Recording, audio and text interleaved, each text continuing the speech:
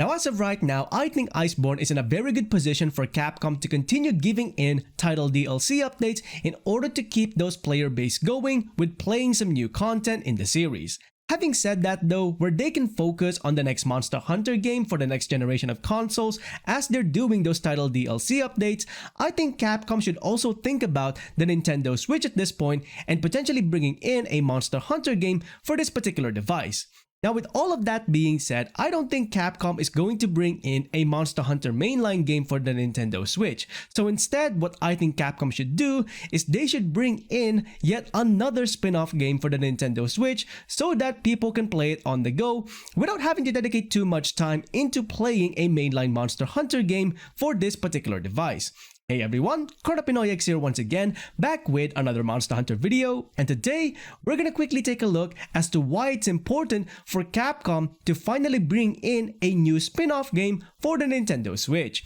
Now let's go ahead and get to it.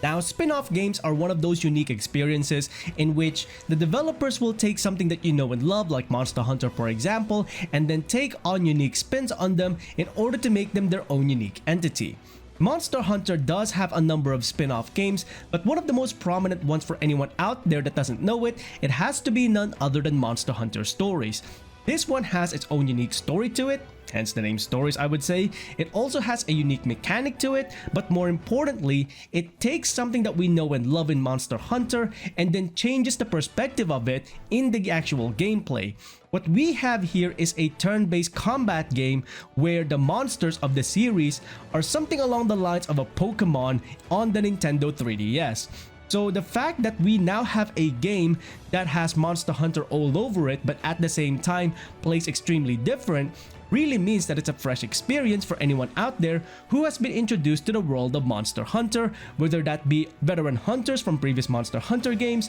or new hunters introduced in Monster Hunter World.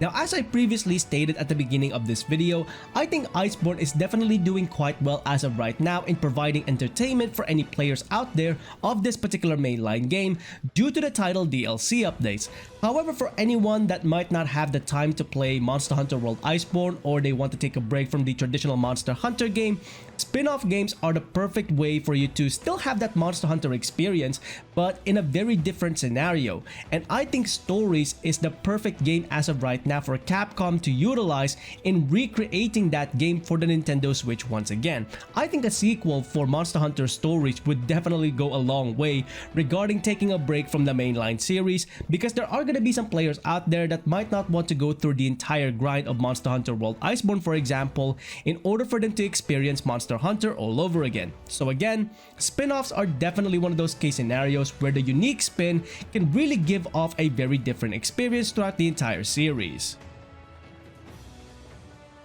Now, of course, it's important for Capcom to look into the most popular devices out there that people take on the go, which is generally speaking mobile devices such as Android and iOS. However, at the same time, the Nintendo Switch is a device that a lot of people do take on the go in order to play unique video games such as Nintendo titles or even third-party titles like, let's say, the Elder Scrolls series. And for me, I think it's still the best candidate for Capcom to create a spin-off Monster Hunter game, because they did try to create a mobile game which is Monster Hunter Riders, a spin-off of Monster Hunter Stories, which is a spin-off of Monster Hunter.